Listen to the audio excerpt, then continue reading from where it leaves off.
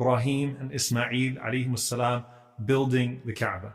No one there, it's just them two raising the foundations of the Kaaba, stone by stone, and as they put it together, Ibrahim alayhi salam raises his hands, and Ismail alayhi salam raises his hands to make dua, to supplicate. And it's just those two around the Kaaba.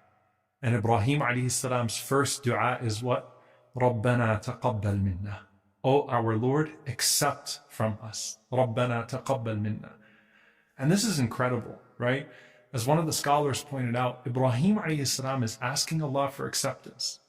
Even though he is a chosen servant, Allah chose him to build the Kaaba in a specified place, gave him a specified command. Everything was clearly set out for Ibrahim alayhi salam by Allah subhanahu wa ta'ala to do what he did. Yet Ibrahim is still concerned out of his sincerity for acceptance.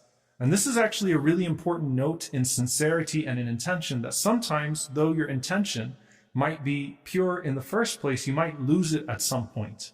And so we learn from Ibrahim alayhi salam the post-dua. After you do a good deed, ask Allah subhanahu wa ta'ala to accept it, because something might have went wrong along the way with your intention first and foremost. Something might have deviated at some point.